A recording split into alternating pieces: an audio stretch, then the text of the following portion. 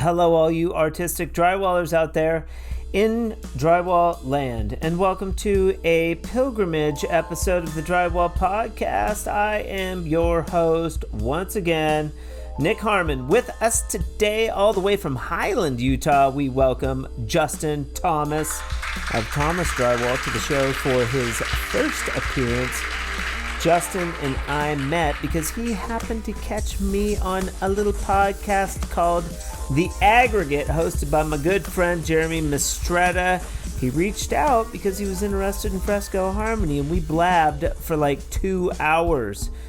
He is a great guy to talk to about specialty finishes. Justin is a third-generation drywall finisher with a degree in business, which enabled him to build a very successful drywall company, but found himself pivoting to software sales when the economy took a dive. Okay, so had my company going. It was great. We were doing very well. 50 plus employees all over the state of Utah. But then the economy, took a nosedive, early 2000s. And I was in business at that point. I was able to kind of weather that storm for a while because I had government contracts, but probably around 2012, things in Utah still weren't getting better. So I made this crazy pivot out of drywall, which I think I mentioned to you. So I shut my company down. Well, didn't officially shut it down. I pivoted into tech sales. So I was working here in Utah. We have a lot of tech companies that all over the state of Utah. So I started working for a tech company, but actually in the background still ran my drywall company. So here I was, W-2 employee selling software to large companies like L'Oreal and Yamaha and these, huge Fortune 500 companies. I was selling, tech software to them. But in the background I was still a drywaller by night and a tech guy by the day. Justin and I do a little bit of a dive into the Mormon religion, but we also discuss the complications of growing a business that's too big. And of course, the possibility of Fresco Harmony into the drywall finishing process. It's a great show. Trust me. I would also like to give a shout out to our sponsor for the month of March on the Drywall Podcast, Can-Am Tools. They doubled down in the month of March, and we couldn't be happier about that. Not only that, they are launching a barrage of new tools that you will have a chance to win. Okay. The original inventor of the semi-automatic drywall and finishing tools are coming back. Whether you are a hand finisher ready to level up or a machine taper looking for tools that make the tough spots a little easier, Can-Am has been solving that problem longer than anyone else on the planet. They're also looking for dealers across the U.S. that want to carry a proven Canadian brand with 50 years behind it. If you're interested, you can check them out at canamtool.com. For this month's giveaway, Can-Am is doing something a little special. This one's for all you lazy asses who didn't enter last month. Can-Am and the Drywall Podcast is giving you another chance to win.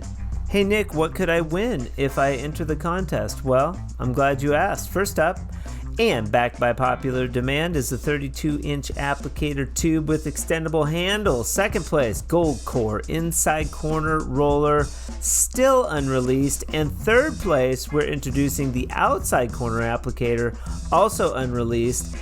And I need to get my hands on that baby. Can-Am wants to extend this prize offer to all the Drywall Podcast listeners far and wide, because that's just how they roll. Given that Can-Am tools are trusted by pros around the world, they feel it's a great way to acknowledge the international community, and so do I. All you have to do is email me your full name, an address to info@frescoharmony.com, and you're in. It's just that easy. Also, be sure to check out my interview with Wolfgang Dombrowski, owner of Can-Am Tools, episode 44. It's a good episode, and I think you will learn a lot if you listen.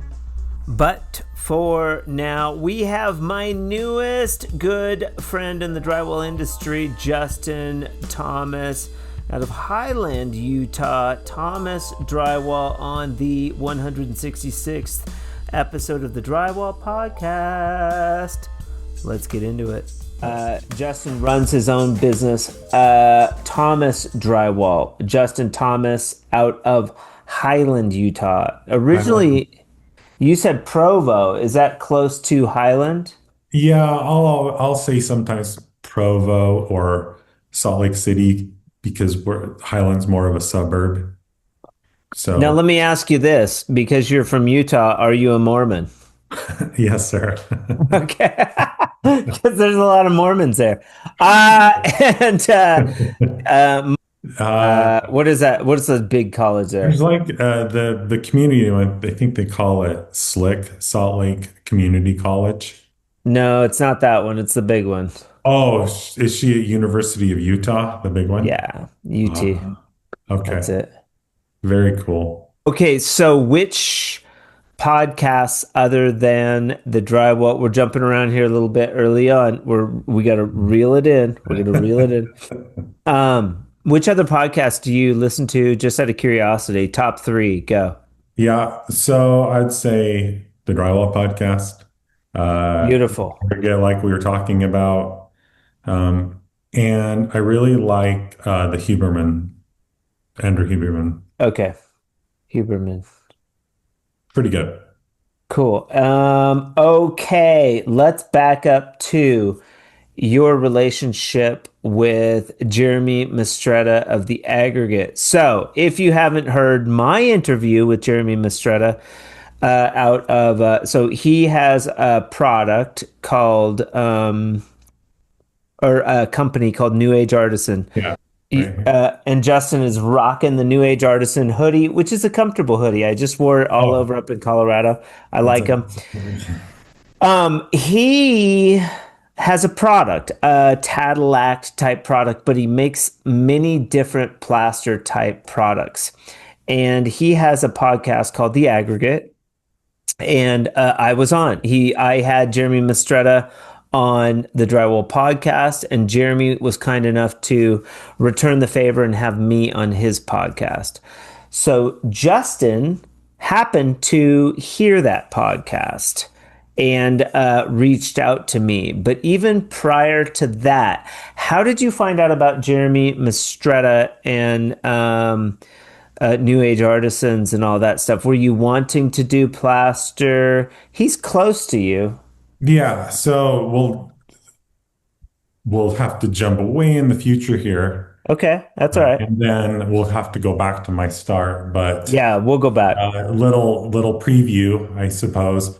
I had decided to get into plaster for a number of different reasons, and we can talk about that, why and how that happened. But Sure. And just for clarification for our listeners,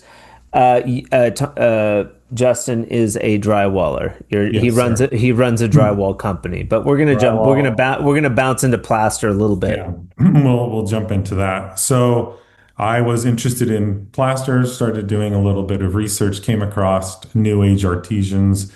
They do clinics. Wait, is it artisan or artesian? New Age Artisans. Okay, all right. I guess you could say it either way. Yeah, I guess it can be pronounced either way. Okay. Anyway, sorry, Jeremy. But yes, so I had done some research, came across him, and he does, as you mentioned, a Tadillac course. So for those who don't know what Tadillac is, it's a type of plaster that, done correctly, you can do it in water type environments, as in showers. And so I delve into that. I actually went to one of his courses that he does occasionally in Bozeman, Montana, which is, like you said, not that far from me, about a 6 or 7 hour drive. Okay. Spent 3 days with him up there, learned how to do the Cadillac, and then also he taught us how to use his traditional lime plaster as well. So from yeah, that's how I met Jeremy. And then, as you mentioned, you had done a podcast with him. What Interesting. was your curiosity with the plaster, real quick? Why were you wanted to diversify? Diversify, but also my grandfather was originally a plasterer. Okay. So I'm third generation drywall slash plaster contractor. So I decided that I wanted to kind of expand, as you mentioned, do a different offering with plaster. It made sense given my history or my family's history in plaster. Why didn't the old man teach you how to do some plaster, or your grandfather? So the old man, my dad, was primarily a drywall contractor. Okay. We do a little bit of plaster, but at that time, the money was more in the sheetrock in the drywall aspect. So my grandfather was still doing plaster at that time, but my dad had done drywall on his own. Had split off from his. It was just where the money was in Yeah. the time. There wasn't. It was more functional back then. Now it's more artistic, and you have accent walls. That wasn't really a thing back then. That's why we didn't. I mean, we did a bit of plastering, kind of our own version, where we do the. I think USG has a product called Diamond Coat. We do that. Yep. We would take sand and dump it in our mud and try to make a plaster, and then we'd have to paint it, which I think is what's super cool about Fresco Harmony is you've done what we were trying to attempt back then. We were trying to make a Yeah. plaster out of drywall mud, but it didn't have Yeah. ring, so you just still have to paint it. Yeah. So we did dive into that, but we were primarily a drywall company back then. Yeah. Okay.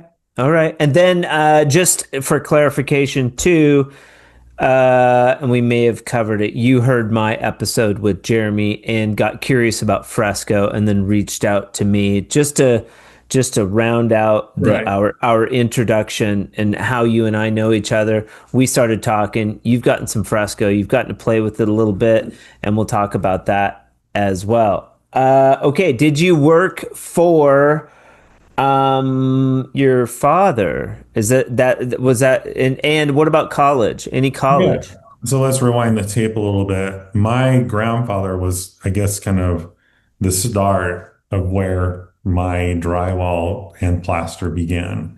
Okay. So he served in World War II, and when he came back, he was from a really small town called Beaver, Utah, which is probably why you'll see the on my hawk the sticker says "I Heart Beaver." That's Okay. playing on the fact that my grandfather was from Beaver, Utah. Anyway, he went to California for work because there was just no work in where he was at. So he started plastering in California, came back to Utah, and they would do the old lath and plaster. They used to also do the plaster on the exterior of the buildings, the foundation plaster and Whoa. so Okay. like really hardcore stuff. And then my father and his brother came into the picture probably in the mid 50s, 60s. And then they would work with their dad doing plaster. They started to do sheetrock at that point with him. And then where the market went, it seemed that the drywall became more of a profitable industry. So my father and his brother formed a company called Thomas Drywall, probably early 70s, and started mainly doing, drywall kind of all over the state of Utah. Uh, Primarily, they did, custom homes, tract homes, those kinds of things. And then they would delve a little bit into plaster as well. They did the old acoustical ceilings where you dump the the glitter in the acoustical ceiling, the pop Beautiful. things. They did those. Um, so that's where the I guess the drywall or the sheetrock came into play. Um, they originally started off just doing hand finishing. They didn't use any automatic taping tools, nothing from Tape Tech or anything like. Yeah. But then my dad, I think he saw some tape tech tools, so he paid a guy, flew a guy out from California, said, "Look, teach me how to run the bazooka and those type of tools." So Really? yeah, so he hired That's this cool. guy to. He could see that was going to be a faster, more efficient way to get this stuff done. Ooh. So he paid this guy. Uh, they were mainly renting from Ames. They didn't really own the tools. They just found it was easier to Yeah. for maintenance purposes. Yeah. So then probably mid 80s, I came into the picture. Very young. In fact, I don't really ever remember not knowing how to do drywall. I think from birth, I was brought on the job sites. So I would work the summers because I was in school, I went to college, those kinds of things. But Sure. he would have me work on the job site all summer long. We did a lot of jobs out of town. We did jobs in California. We were down there for like the entire summer, so that was Do pretty. you remember what you were doing? Yeah, so I started, it's funny. I started off basically mixing mud, hauling mud around, kind of because I was young, right? Yeah. Was very, very young. So I could only mix mud and spot nails. But my dad would have me mix mud with the stomper. I remember one day seeing a drill with the whip on it, and I thought, why are we not using that? And he's like, Just to nope. mess with you? Just to I mess with you? think so, just to like build muscles or build endurance or something. So I would That's like awesome. churn butter all day long, mixing mud. Like, and imagine mixing it down to taping mud with the Yeah. stomp. Like it Well, pretty I difficult. when I worked, I moved from Oregon down to Arizona. And Okay. when I got down to Arizona, I started doing piecework. Oh, And nice. they in Sierra Vista, Arizona, they never had power on the jobs, and everyone mixed Oh, with a stomper. I mixed hundreds of buckets with a stomper. okay. So you know. Yeah. Yep. Yep. I know how stupid it is. It is, well, yeah. And I remember one day I saw it and I thought, why are we not using this? So I finally got him to give me a drill with the whip. That'll be better.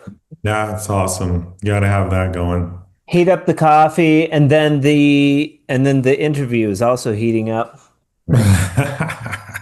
All right. So So wait a second, wait a second. Mormons do not do caffeine, correct? incorrect. We don't do coffee, but we do caffeine. You do caffeine. Why not coffee? It's just Talk to me, man. We're on the we can it's a free we're zone. going It's there. All right. shame free zone here. No, well, I've had a couple of Jehovah's Witnesses on the show, and not to mention the Christians. Like we'll get into it with the Christians too. I'm curious about religion. I think it's interesting. Okay. And I'm always willing to go there as far as somebody's willing to go Yeah. there. No shame. Okay. That's fair enough. I appreciate it. Yeah. So we're Yeah. Christians. Coffee is, or So the, wait, Mormons are Christians. yes, sir. Mormons are Just out of the gate. Okay. Yeah. Okay. So, I mean, Mormons, the real name of the church is the Church of Jesus Christ of Latter-day Saints Okay. is the name. So we are Do Christian. you believe that Jesus was the Son of God? Yes, sir. Okay. Okay. Yep. All Yeah. right. Anyway, part of our religion is the word of wisdom, which is, we don't drink alcohol, no illicit drugs, those sorts of things. Well, that's delicate. Illicit drugs. But we There's a do. lot of gray areas there. There are a lot of gray areas. So if it's prescribed, say by, if cannabis is prescribed by a Okay. physician for issues, then that's totally fine. Okay. And coffee, it's not necessarily the caffeine. really. Okay. It really kind of comes down to a personal view too, right? I Okay. believe there's kind of gray areas in that too. Sure. But yeah, I mean, I guess as the rule is stated, it's no coffee or black tea. So like, Okay, out of curiosity, why? How come no, as it pertains to to the religion? How come no like black tea or coffee? it's just I mean, there's like maybe research around it, but it's not really from research. It's more of a, I guess you could say, commandment. So it can be, Okay. you don't do these things, but you can do Sure. these things. And so Okay. they haven't come out and said no, caffeine, no caffeinated beverages, no, those sorts of. It's suggested. Yes. So I That mean, it is a commandment, it's a but commandment. yeah, it's no to certain things and yes to other things. Okay. So, Percentage of practicing Mormons that don't drink coffee or black tea. Go. you know, I would say at this point, uh, I mean, there's a lot of coffee shops in Utah that have Of very long course. Yeah. lines. So, I, You know what they need to open? They need to open like a secret coffee shop where like Mormon practicing Mormons that don't want anyone to know they're drinking coffee can sneak in. yeah. So That might be successful. they have, yeah, they have in Utah. I don't know if they have these down in Albuquerque, but they have these things called like some of the names are like Swig or Quench, and they are soda shops. So you go in and you can Okay. get like your mixing. So you get your Diet Coke with your lime and coconut, and they have all these mixtures, kind of like if you were to go to like Starbucks and say, I want this special, Starbucks drink. There's Sure. the soda version of that. And these businesses in Utah are absolutely killing it. They're all over the place, And lines of no people. caffeine though. No, oh no, They do have caffeine. they They're have just yeah, just no, well, I think some of them actually do the coffee there, but, yeah, people non-practicing Mormons will yeah. walk in there, they want a coffee. They're They gonna, want yeah, coffee, all but right. the soda is killing it. So it's kind of, Crazy. Huh. yeah, That's interesting. All that right. and cookies, man. Those two things here in Utah. Yeah. You have crumble cookie there? Yeah, I think it's where it started was here. Those crumble cookies, I've had them. You really shouldn't eat them though. They're so much sugar. They're They're not not. very healthy for you, They're for horrible. sure. Yeah, they're really bad. But I have had them. They're delicious. Probably because they just have a bucket of sugar in them. Yeah. Very cool. Anything else about, because I'm curious about the Mormon religion a little bit. Any other unique rules that maybe other religions don't have that Mormons have? Um, Unique rules. I mean, we're Christians, so it's, do good unto others, those okay. kinds of things. I wouldn't say there's any outside of probably things like the word of wisdom that set us apart Okay. from others, but we do the missions, that Yes. those you've probably seen the Book of Mormon. Did you do mission? I did, yeah. You So I did? lived Okay. in London. I lived in England for 2 years. Um, Very cool. And also a lot of our New Zealanders. So the New Zealander episode with Manners that drops. They go in New Zealand and Australia, they go to England on a year or two to work Kind of and like a pilgrimage or like a something. pilgrimage. Yeah. Yeah, Okay. I talk about it with two of the Kiwis, Interesting. which is New Zealanders are called Kiwis, that I've had on the show. Brad McKinnon's another one. Great episode if you want to catch that one. Yeah, I don't Fair, know if I didn't catch I haven't caught the yeah. key one. Yeah, fairly recent. And then you can go follow all of these people that have been on the Drywall podcast. Brad's got a ton of followers. Okay. Fantastic finisher out of New Zealand. Very interesting. Last question about Mormonism, then we'll go on and we might come back to it. The person on the top of the Mormon temple, is it called a temple? Yeah, temples. What does that signify? Because I know they point a certain direction. And Yeah, is it a horn? it's a horn. It's called Okay. the the item that's up there. It is an angel. It's called the angel Okay. Moroni, and it is a horn. It's called Angel what? Angel Moroni is who is Moroni. on top, and What do they, is it a he or she? What do it's they a signify? he, and he's from he's an individual that's in we believe in a book of scripture called the Book of Mormon. Okay. And he comes into play kind of at the end of the Book of Mormon. So Okay. he's one of the last prophets, one of the last writers, one of the last authors in the Okay. Book of Mormon. Okay. So he's it's him that's on top of the temples. Okay. And what does that signify? The direction and both the I horn. I'm not totally. I think it's pointed north. It has something to do with, Christ is going to come out of the north or something, or maybe the east Okay. or the west. I don't know actually. Why, like what direction or why? It has something to do with that, Okay. you know, where It's Christ is. always curious to me because I've driven through Salt Lake and you see the temples and you see this figure on top of Yeah. and that's always Interestingly, though, he's not they're on. consistent with each temple They has one. are, but not all of them have it for various reasons. Like I think the one in New York, well, the one in New York has it, but not all of them have that on top of there.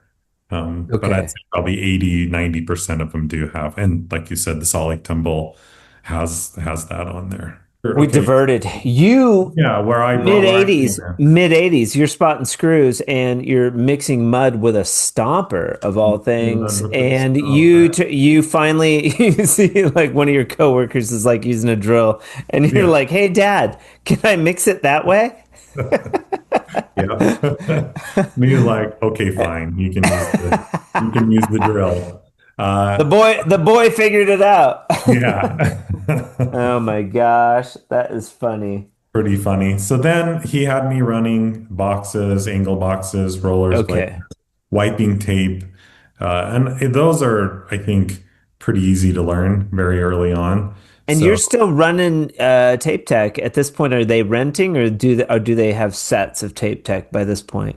at that point, they were still renting from Ames. We would Crazy. rent a He ton of. liked your dad liked to rent because of the maintenance factor. Right. It was just if they weren't working properly, he was like, nope, I don't want to deal with fixing the tube, and he would just take it back.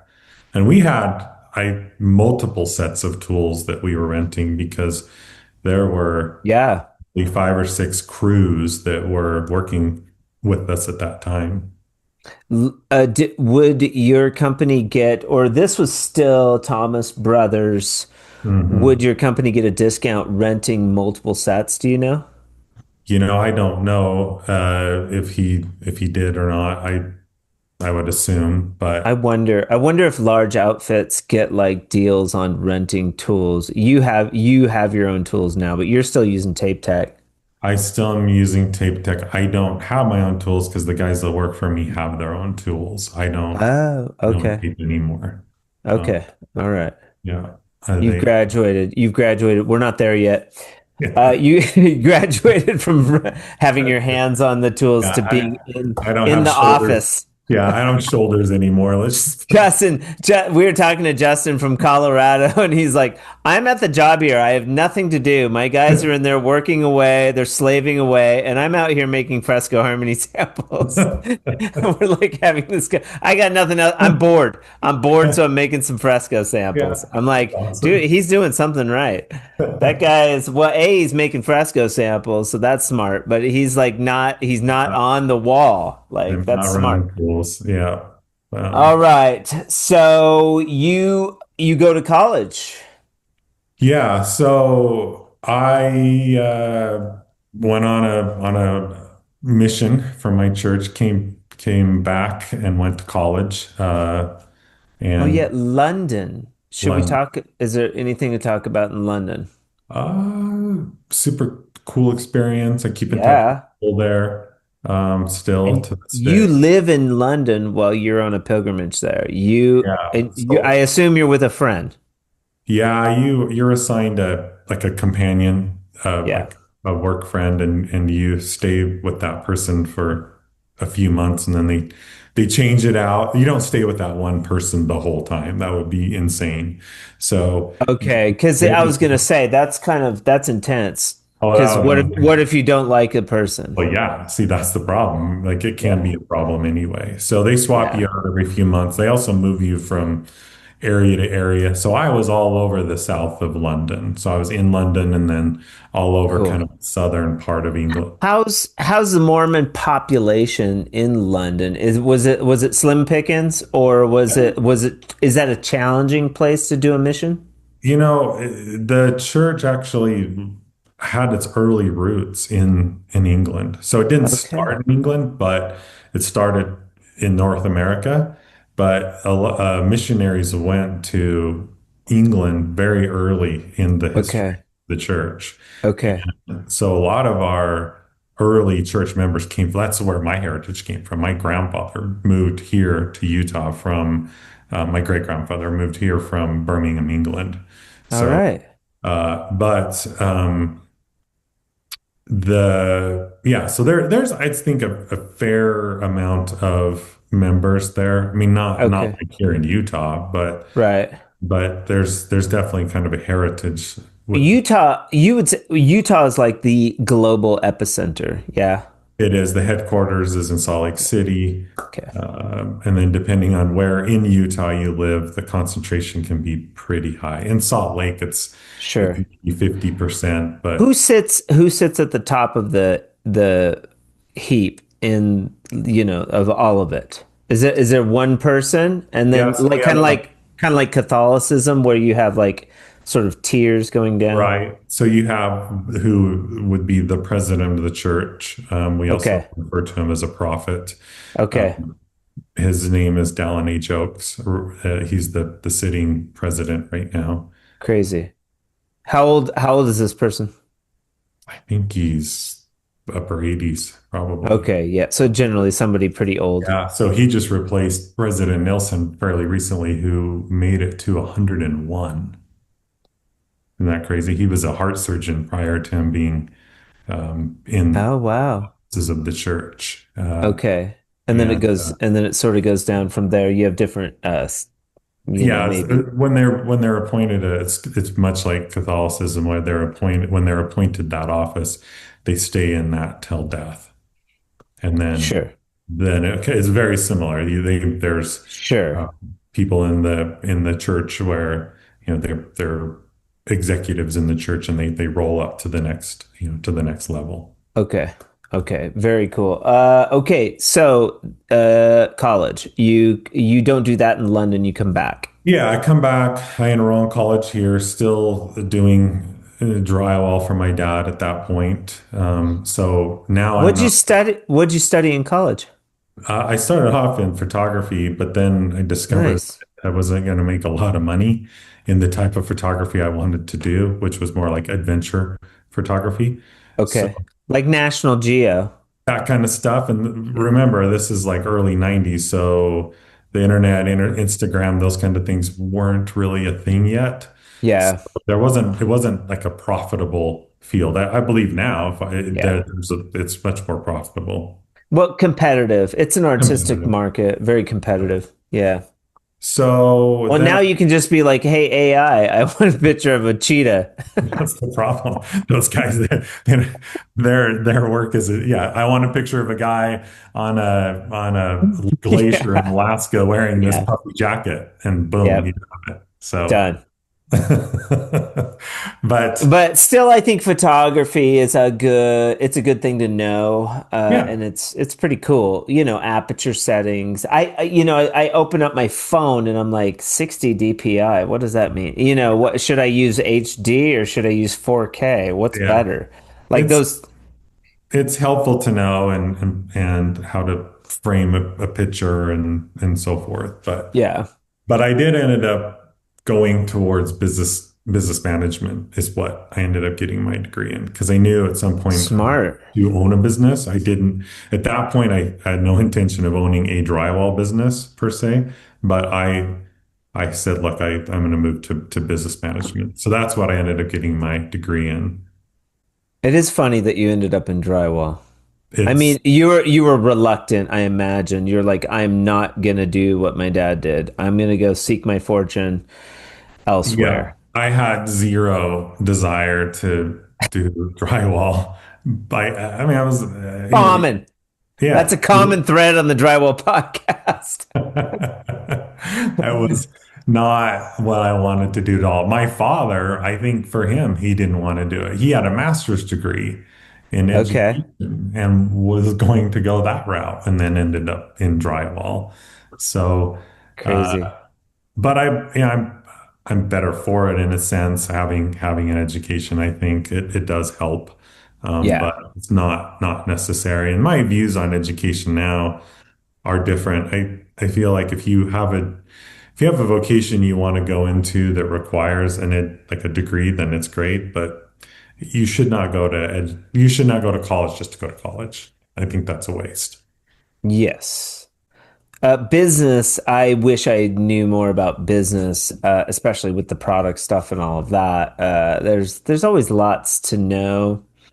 I just wasn't good at college. So I was good at soccer, but Mhm. you I know, I the can't say I two was a very good student went either. hand in hand, and it was just like I had to go to college to play soccer, and it was sort of unfair Yeah, to go that route. Like I should have went to England and like played and tried to seek try to go seek that my route. yeah Yeah. go that route. But yeah, Yeah, I mean, honestly, I wasn't the greatest student either. To be fair, I yeah, graduated from college, but it wasn't. I didn't enjoy school. I found it right. hard It's and tough. boring. Mhm. Yeah, it's hard.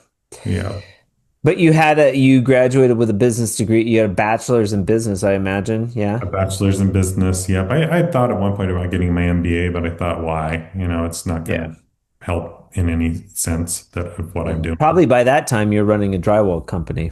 By that time, so around early 2000, I went to my dad and I said, "Look, I want in on this business. I had graduated from college. There you Uh, go.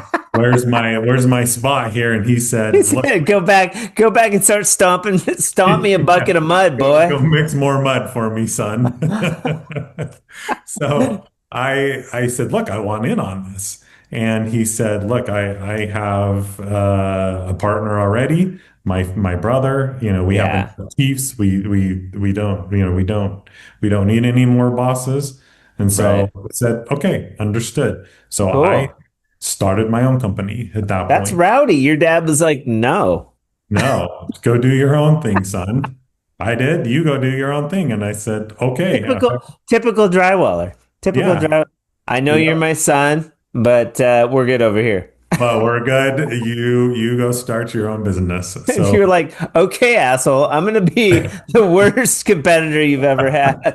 I'm joking. yep. I'm Yeah. joking. I don't know your dad. He's probably a nice guy. It was He's probably it was probably the best thing he could have done for you, really. he was solid for sure. He knew exactly what he's doing. He's passed away now. He's been gone Okay. for 13 years, but he knew exactly what he was doing. So Yeah. it was a good move. What about the uncle? Is the uncle still rolling with Thomas Brothers? So my uncle still is here. He's gotten kind of older now, so I don't think he's really doing much with the business. His son, who's my cousin, is Yep. from what I understand, is still out there doing what's I guess still Thomas Brothers Drywall, but it's not really a brother. It's just him, Sure. but he's stuck with the name. Okay. So my company, I called And it. you guys probably have big families, yeah? Lots of siblings? Not really. I mean, Not crazy. that is the Okay. thing here, but I mean, I'm one of three. Uh, Okay, that's not bad. So, and I have four children myself. So it's not like the old days where you had 12. Four's a lot nowadays. Four is a lot. Four is a We had, I grew up in Battleground, Washington, where we had this religious, they were called Apostolic Lutherans. okay. And they didn't wear makeup and they had like sort of a panel. Uh, they had a lot of rules, but Okay. they had tons of kids, and the place is like just flooded with apostolic Lutherans now. We call them bunheads. But You weren't supposed to, but we called them bunheads, and they had like now it's just overrun. They all run the businesses, and they just okay. taken over that area. But they would have like 12, 13 kids. It was Yeah. not. I mean, crazy amount of kids. I think early history in Utah, there were, my grandfather had 13 in his family, Yeah. two sets of twins. Uh, Wow. so that's pretty insane. But Yeah. now even four would be a lot Right. for now, even in Utah. They're, for the most part, you'll still see the occasional family has a lot of kids, but for the Sure. most part, it's like two or three at the most. Yeah. Yeah. It's crazy expensive to have children Yeah. now. How old are you, Justin? 52. Oh, wow. You look good, dude. Oh, thanks, man. Dang. I had you way younger. Well, even 52. with the gray Do beard. I look the gray's nice though, dude. That's like that's yeah, you're looking hip. 52 years young. That's awesome. And four kiddos. Ages on the kids. Yeah, so my daughter's 24. Her name's Brooke. Oh, We call her Brookie. Um, and she works for a tech company here in Utah. My son, Max, he's 22. He's at BYU right now, Brigham okay. University, Yep. studying finance. Uh, Beautiful. and then my next daughter, You're Izzy. not gonna let him come into the business. Like, nice try, buddy. You know, I go back and forth. You might not be so rigid. Yeah, I've had him on some of my job sites and my girls, but they're very green. They've only done a little bit here and there, so I'm trying to push Yeah. them actually towards the plaster, to be honest. My son has no clue what I do. He Like has no. he knows like there's these bottles and like Okay, he's put stickers on the bottles before. But nice, but like he's not. if he showed an interest, I would make him go work for a drywall outfit for like 6 months. Oh wow, Like yeah, he would not get to just come in. he would just He would he'd need to have to learn dry. earn the stripes, right? Well, Yeah, he'd need to learn the trade, which I know people I could put him in touch with, but he would need to I think knowing drywall is a really powerful integral part of Fresco Harmony. I think yeah, it's not essential. DIY people can do it, but it's I think that there's something there. yes, it does help. Like I can say it does help. So Izzy, she's 19. And then I have a son who's 13, Cole. Cole. Yeah, Cole. All right. So Yeah. pretty much Cole's the last one, or is Izzy there too? They're they all, well, Cole's here. Yep. Okay. Max and Brookie, or Max and Izzy, both have apartments. And then Nice. Brookie, my oldest, she's here with us right now. So, but Okay. for the most part, we're just down to Cole. Yeah, yeah. She's pretty self-sufficient. Yep. She's pretty. And you're still married. Yes, sir. Beautiful. Beautiful. How long you been married? 28 years. Excellent. Congratulations. So, you get out of college, you don't necessarily, well, you kind of want to you want to throw in with your dad. Your dad says no. Immediately start your own drywall company to compete with Immediately him. start my own. I had, I had at that point, I had a couple of crews. Thomas Brothers Part 2 or something. Part two. Yep. Well, I brought it back to the original name, Thomas Drywall. I went back to my grandpa's original. OG. I I just like it. thought, look, I'm going with this. We'd been known in Utah as the drywall outfit, the drywall company. So I went back to the roots. When I broke off on my own, at that point I had a couple of crews with me. And You had worked enough with your dad that you were comfortable taking on oh projects. yeah, like when He had shown you how to bid. Like so and you had the education, the business education. You were felt yeah. confident at that because you're what, 21, 22, maybe a little Oh older. no, by that point, when I split off, I was probably in my early 30s by that point. Okay. Yep. Okay. because What do you I mean had split off? Did you work for them for a while? well, he was gracious enough to allow me to start my own business, but still do houses for him when I didn't have my own Sure. house going. Sure. He helped He you did out. kind of Yeah. help But me what out that way. and it helped him out too. So Yeah. he would sub to you a little bit. We were piece rate by that point. I had Okay. a couple of different crews. I was still on the tools at that point, but I had crews that I was running underneath me. Had my own. By that point, I'd purchased my own tools and would go out and do jobs. So I had a Okay. trailer full of tools and the whole Yeah. the whole caboodle. You're a sharp guy. So you were subbing I was uh subbing, and I had crews underneath me that were all, I guess, piece rate in a way. okay. And so then I got busy enough where, I'd landed a few key contracts where we were doing 3 to 4 homes a day. We were starting 3 to 4 homes a day. Okay. That's Uh, quite a bit. How many people? about 50 were working for me. Pretty big. Yeah, pretty Yeah. big. I picked up contracts with like the US government. I did probably 600 houses on the Hill Air Force Base. Uh, I did thousands of houses out in a town called Eagle Mountain, which is a development that I did a bunch of houses out there. So we were all over the state of Utah at that point. Okay. Very good. Yeah, Nice. all the guys had their own tools. Were you were bigger than Thomas Brothers? At one point, yeah, I got pretty. Yeah. Were they pretty big?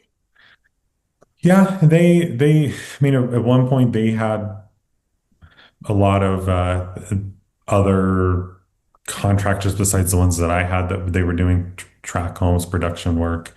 So they were pretty big. I think they had probably 30, 40 people as well at Okay. some point.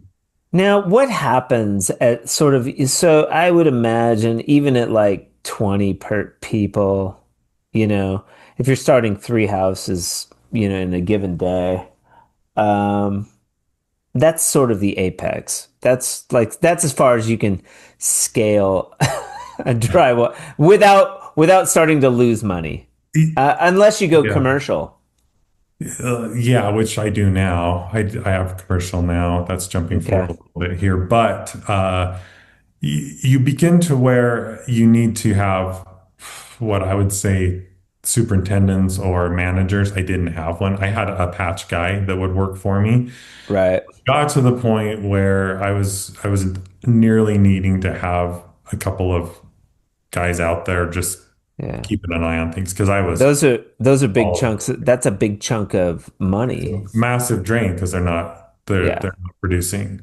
So Yeah. like you said, at that point you become where you're tipping over to the potential of losing money, especially if you're doing track homes. Your profit is very like to the business is super thin on a track. Yeah. Yeah. We were talking about like how even on I mean, because you and I were speculating on it gets into the conversation of hang finish fresco, like the Mhm. potential of, and I've never ran a crew like that. I didn't have to. Like I knew it was a nightmare. Like, I don't, no, the other nightmare of developing a product is, you have to be insane to do that. But I love the challenge. But it's always occurred to me, like if I was a drywaller, I would be pitching hang finish fresco because of the profit margin. So you Yep. and I were talking about, okay, you get to a certain point, you're doing track houses, you got these crews running around, you got the patch guy out there doing patches, maybe he's on salary, and your profit margin on these houses like continues to get squeezed and squeezed and squeezed, and these guys are making like $500 a house. Yes. You're doing a bunch of houses, but like to me the amount of output and the return is just insane. Like, so maybe It that's a is. product of the industry not being savvy enough to raise their rates like intelligent people. Well, But it leaves I, a tremendous opportunity for Fresco Harmony on the it, table. it does. A couple of thoughts on that.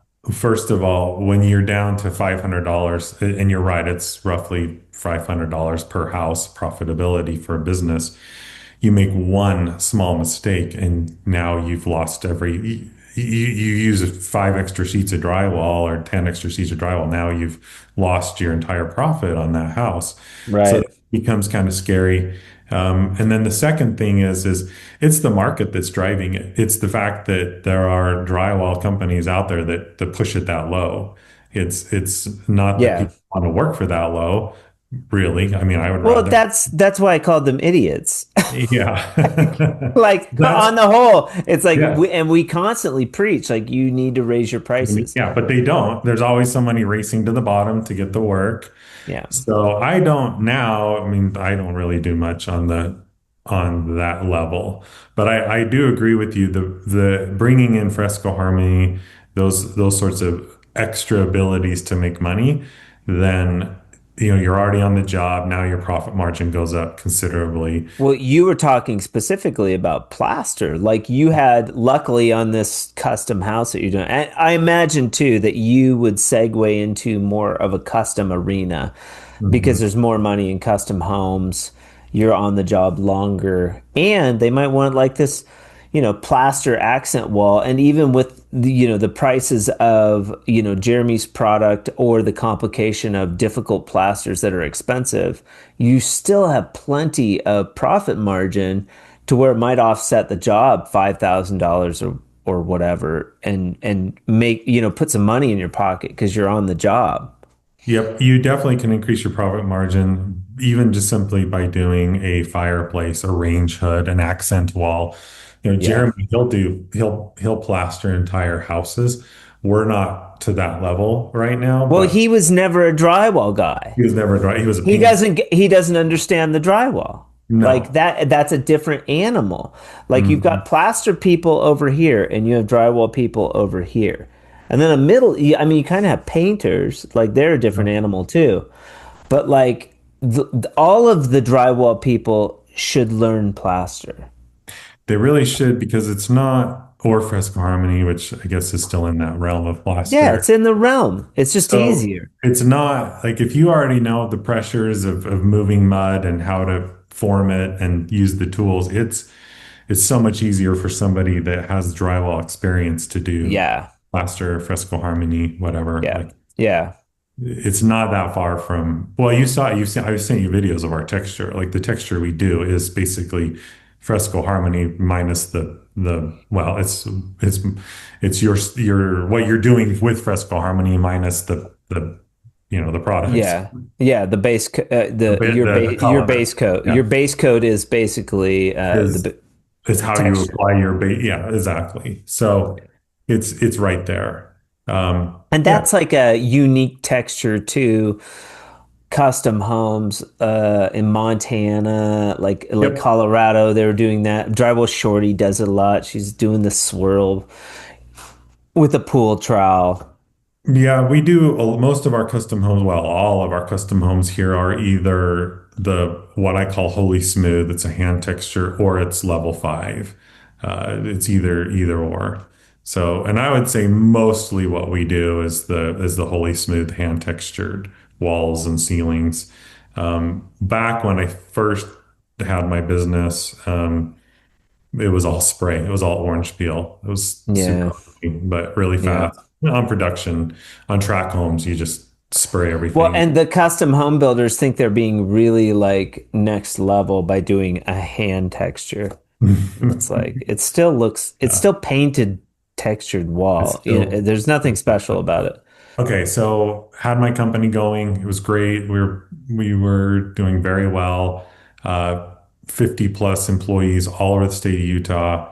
But then the economy, took a nosedive early 2000s. And I was in business at that point. Um, I was able to kind of weather that storm for a while because I had government contracts, but probably around 2012, things in Utah still weren't getting better.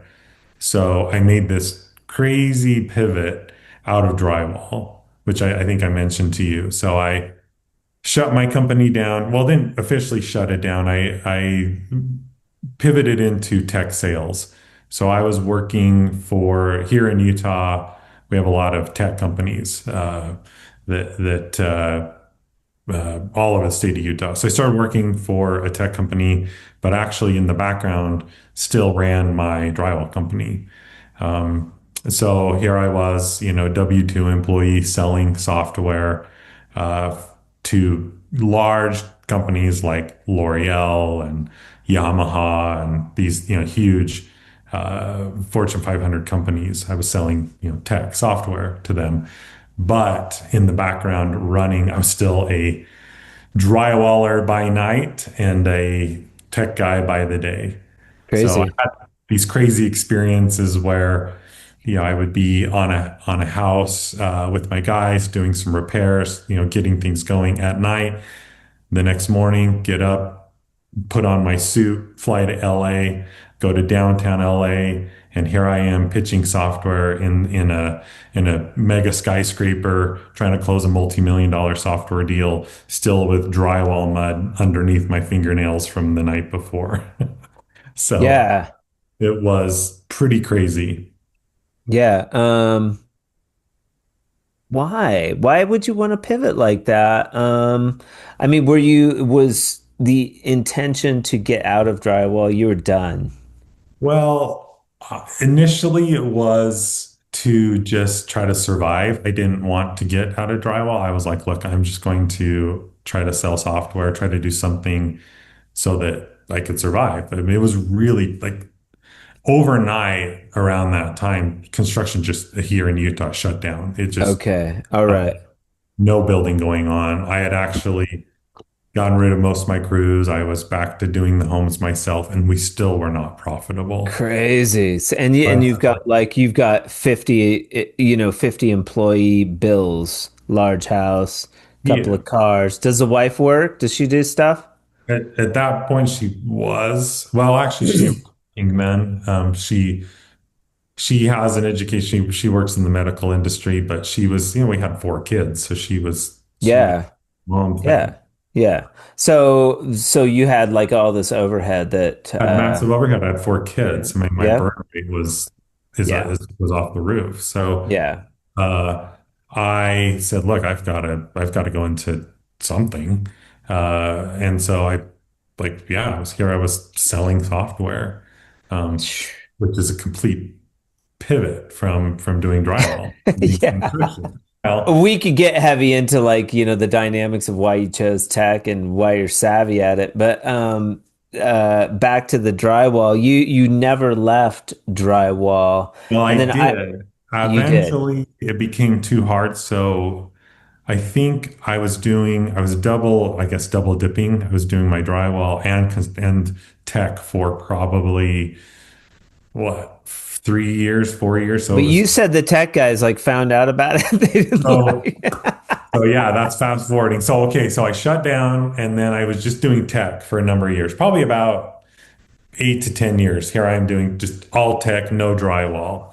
Okay. Um, but then probably about a year ago, just over a year ago, I decided, look, I want to start making a little extra money. I'm just going to do patches on the side myself.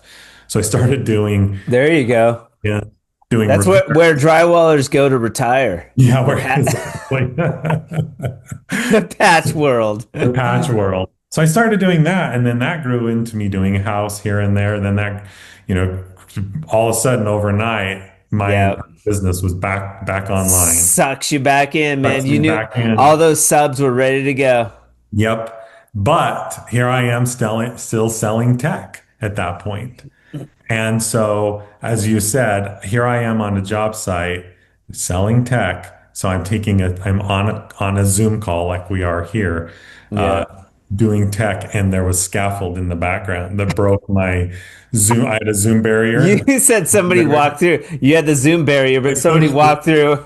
they pushed the scaffold and it broke the Zoom barrier, and all of a I sudden, wish I wish I had a video. If you could go back and find that interview where like one of your bozo employees like walks through like you're yeah, you're you're like trying to do a sales call. It's all loud. You got your headphones on. Hey, you yep. guys, shut up. It was pretty funny. I have pictures like where I've done selfies because where I'm sitting, in like my nice clothes and in a construction site with my Or computer. just the suit top. Just the You got your top. grubbies on underneath, and Yep. you just have the suit top. Yeah, and the computer's stacked up on a box of mud, some mud. There's Yeah, yeah. mud, and I'm sitting in there on a bucket running a call while my guys are working around me. That's awesome. Crazy. So eventually I just said, look, I can't do this and shut it down, shut the tech down. But And now you went instead of choosing to go double down on tech, you went back to the I went drywall. back to drywall. It suits me more. Yeah, It's in my blood. I'm more yeah. comfortable doing it. I did quite well in the tech. I I'll went to bet.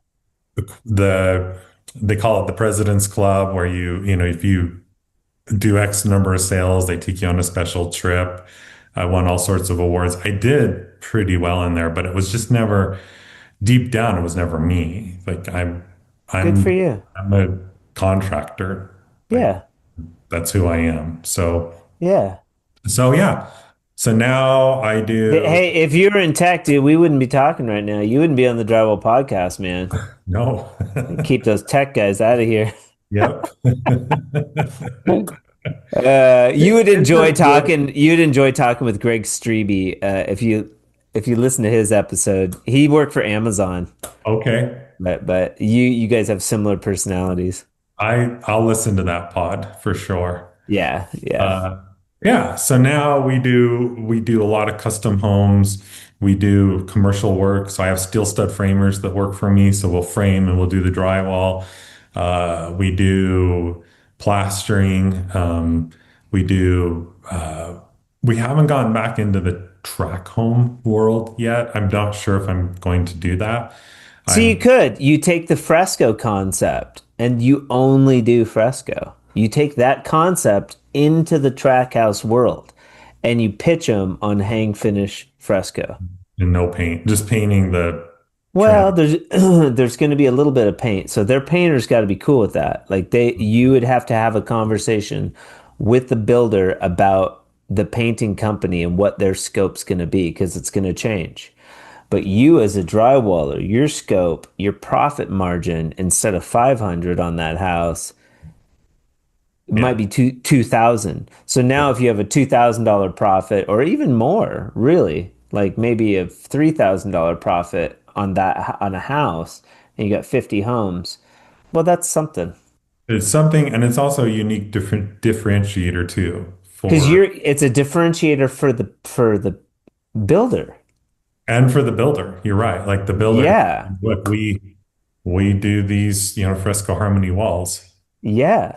So I have a customer right now who wants to do like gyms, like workout facilities, they do. Think about like a World's Gym. hmm That type, but it's like a little bit fancier gym where you can have there's like spas and different things inside there. Dude, Crunch Fitness just opened up here. One of them opened. I was watching their marketing because I go to the Starbucks next to this Crunch Fitness. It was a Bed Bath and Beyond, and it sat for a while, and then Crunch Fitness moved in there. That place Open. is packed.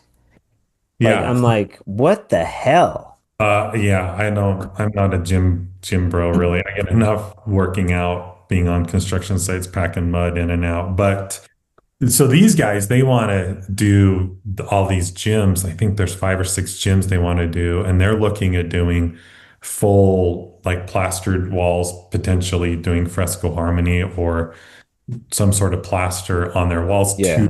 to make themselves apart from the Yeah, competition. we did a dark matter. There's a chain of CBD like weed stores, but Okay. they're all black, and we did the whole interior in Galtiero steel. That was a pretty good job. But there's a Yeah. series, and then they did like black on the floor. They like decked it out, Okay. but Yeah. it's a weed. It's like this high-end weed shop. Okay. Similar concept. Similar. Yeah. Where that's their thing, right? That's what they're known for. That's their trademark or these Yeah, interesting specialty walls. yeah, So I've looked at that with this company, trying to figure out a way to smash those ones out. Because when you think about like how big a gym is, like that's yeah. a lot of Footage. walls. I would Or do probably do a match paint coming down, and then maybe, like you've got wainscoting behind you, Mhm. something that's durable because a lot of it's going to be mirror down low. Yep. And And they then above that you could do a beautiful you could do fresco harmony, like, whatever, you right, know. right. And they want to do like arch features just to sort of Yeah. set it apart, maybe plaster inside the arch and paint the Yeah. outside. Kind of like some of those things you have on your Instagram where you've plastered Yep. the side of the arch, but the outside of the arch just remains painted, or you do two different colors, Yep. Yep. something like that. Fascinating.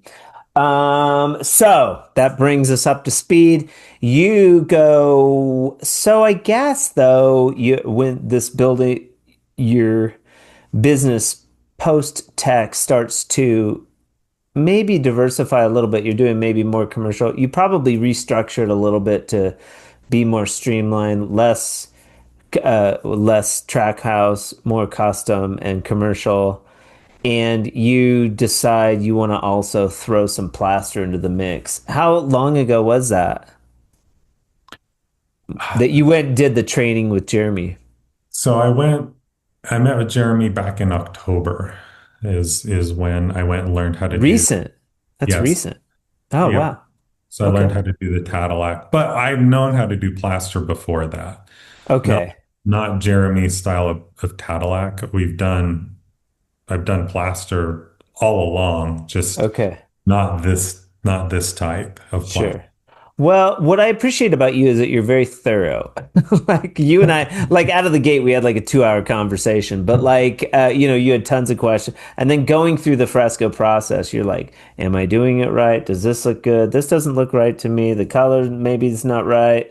Like, like you're, and I'm always like, well, just do it, dude. It looks fine. Like, you know how to do I mean, it. it's just It's mud, fine. Yeah, it's just man. mud. Throw it up on the wall. The messier, the better. Like all of that stuff. But Yeah, you've taken to it, and now you've got sort of you have an idea of how it goes. You haven't sealed yet, though, right? I sealed some samples or Just the a sample, samples. but I've not sealed. Today I'm going to go seal that wall that I showed Okay. you.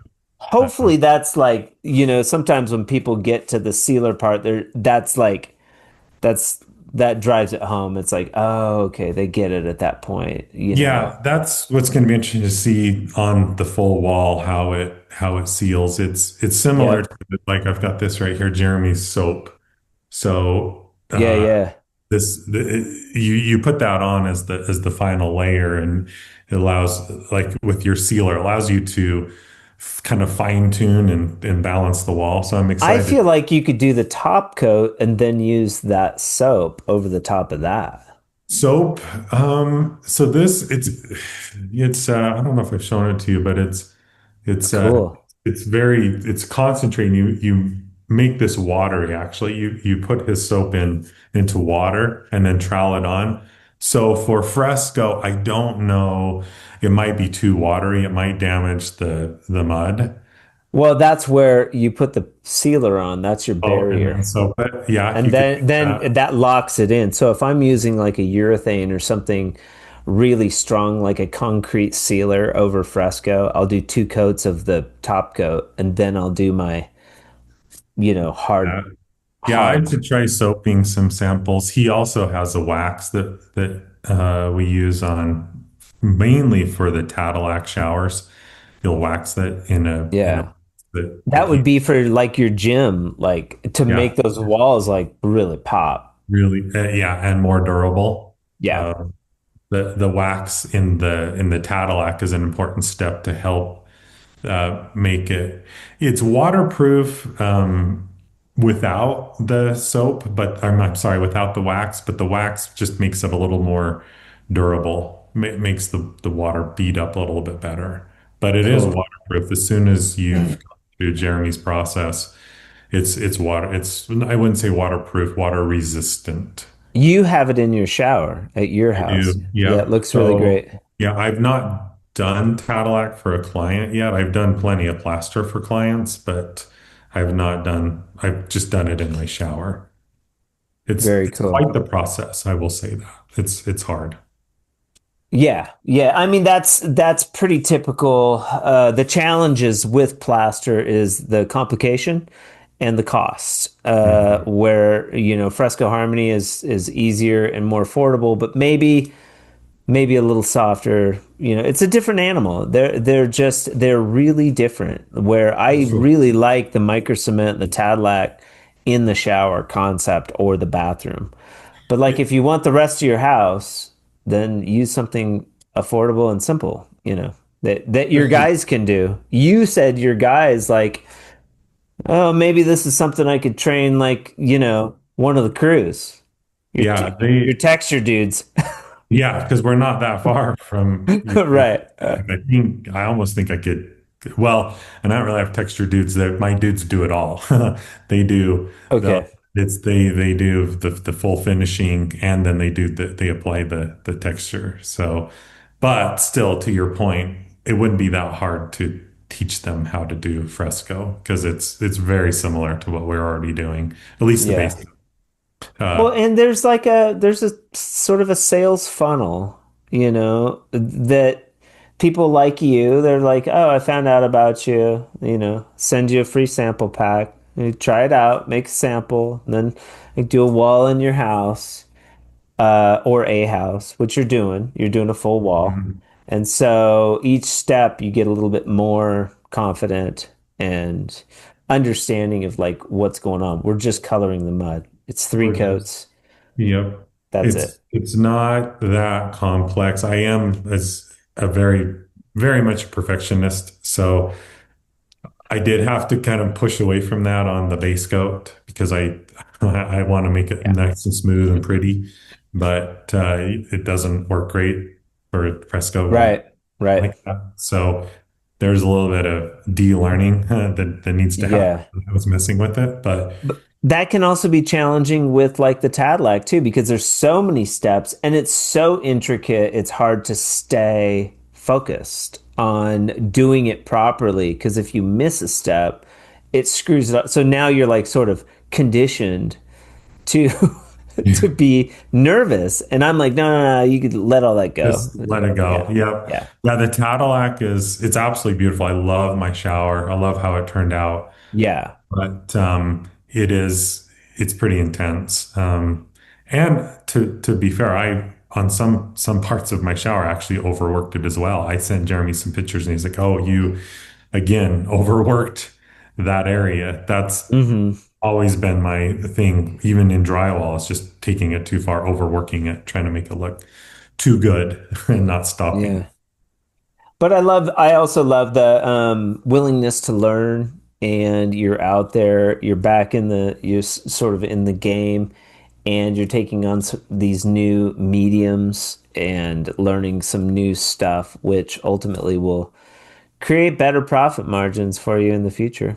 It definitely does, and it's also really fun. You and I were talking about this the other day, how it's a fun product to apply. Yeah, It's artistic, it's creative. There is that outlet, that itch you can scratch per se. So yeah, instead of just doing boring walls, you yeah, get the ability to kind of bring out that artistic side, and it's kind of enjoyable. I love to yeah, just put some tunes on and plaster a wall, plaster a range hood. Like it's super yeah, fun. yeah. And it's pretty fast. You can get that sort of that reward pretty quickly. Uh, Sure. couple days.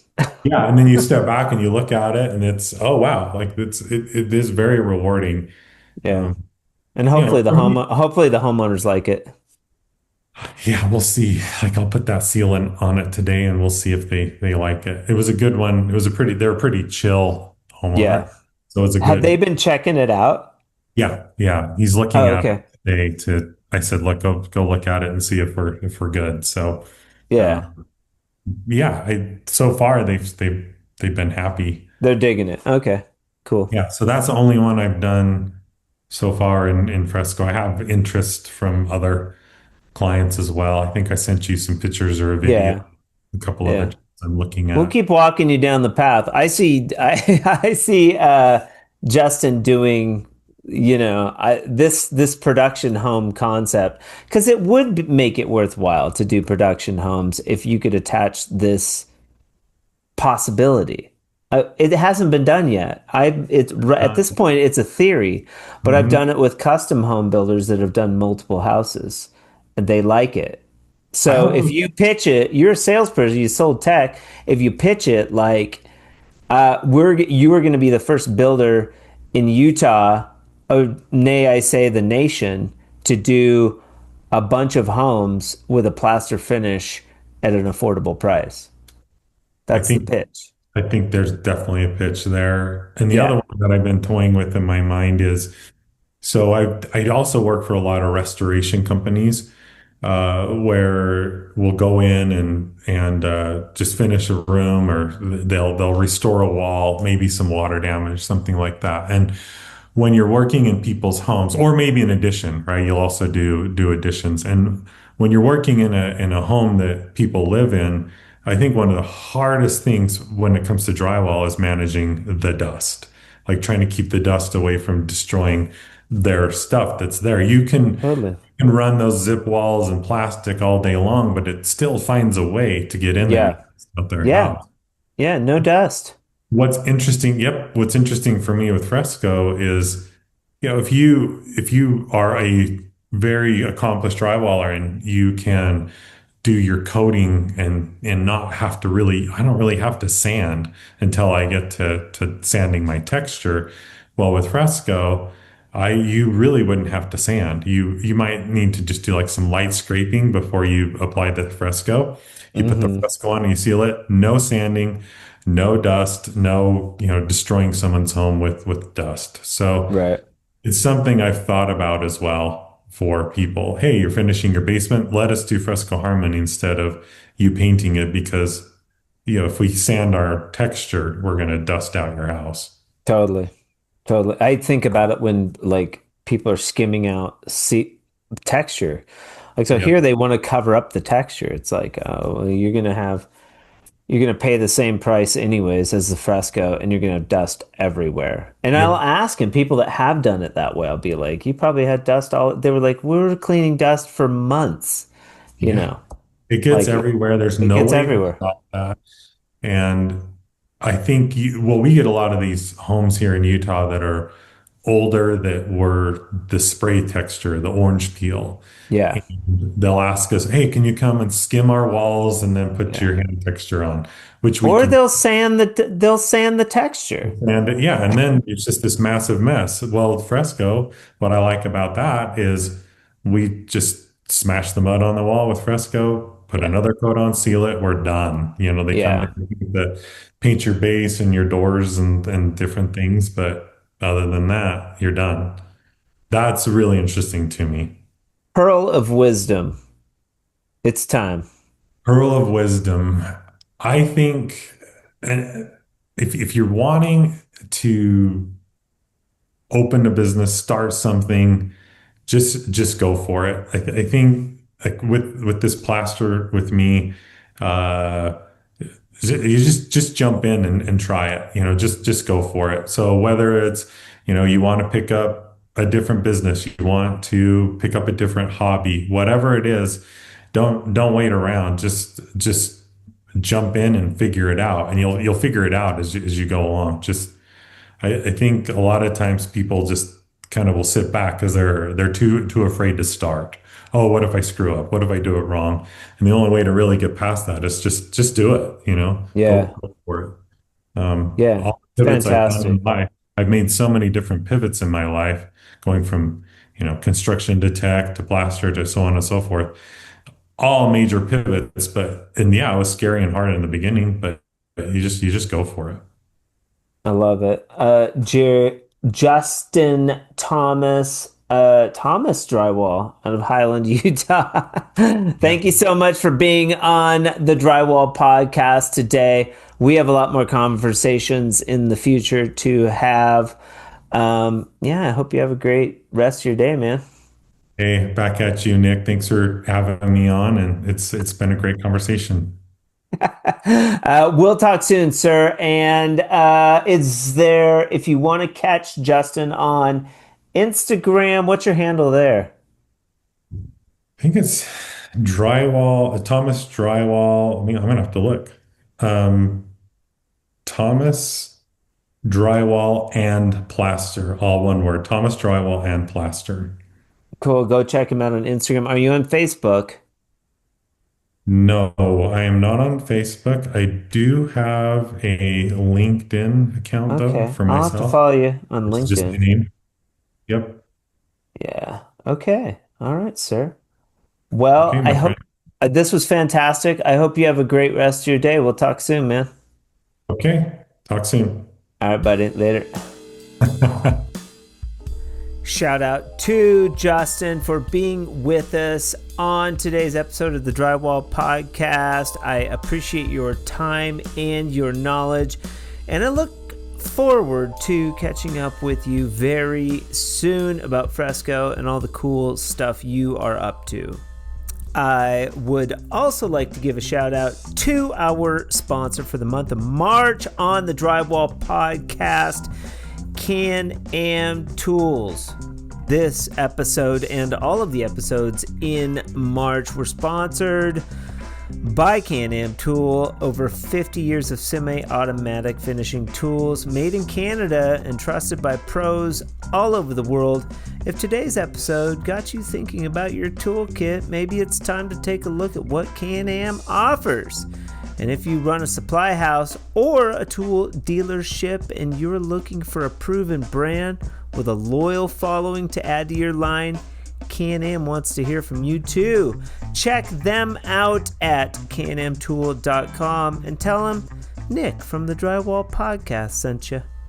You have a plethora of options to choose from when you head over to the radio to listen to something, whether you are on the job or maybe you're on the way to work or maybe you're coming home from work. Today, you chose the Drywall Podcast, and I appreciate you for that. It's because of sponsors like Can-Am and listeners just like you that I get to have this podcast interview people like Justin Thomas, and I get to interview people like Kevin Cost of a new product called Mud Plugs that is hitting the airwaves and maybe causing a little bit of attention. Join us next week to hear Kevin's story about these cool mud plugs. But until then, I hope you all have a fantastic week